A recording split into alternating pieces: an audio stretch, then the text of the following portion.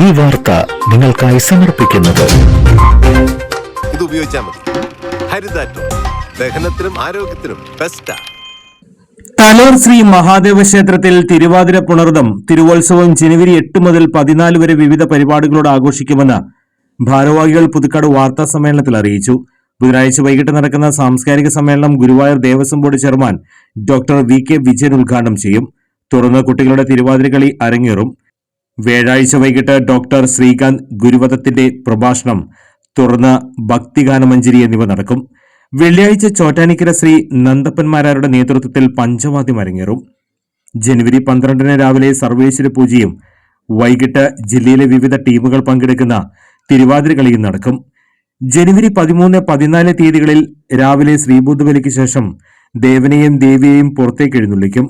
13 വൈകിട്ട് ശുകുപരം ദിലീപ്, ശുകുപരം രഞ്ജിത്ത് എന്നിവരുടെ ഡബിൾ തായമ്പക നടക്കും. ഉത്സവ നാളുകളിൽ ഉച്ചയ്ക്ക് ശേഷം ഭക്തർക്ക് മഹാനിവേദ്യം വിതരണം ചെയ്യും. സമാപന ദിവസങ്ങളിൽ അന്നദാനമുണ്ടായിരിക്കും.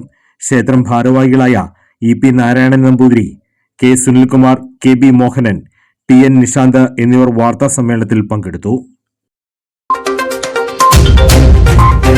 ചിലതൊന്നും ചിലർക്കങ്ങോട്ട് ദഹിക്കത്തില്ല. ഇത് ഉപയോഗിച്ചാൽ മതി. ഹരിതാറ്റോ ദഹനത്തിനും ആരോഗ്യത്തിനും ബെസ്റ്റാ.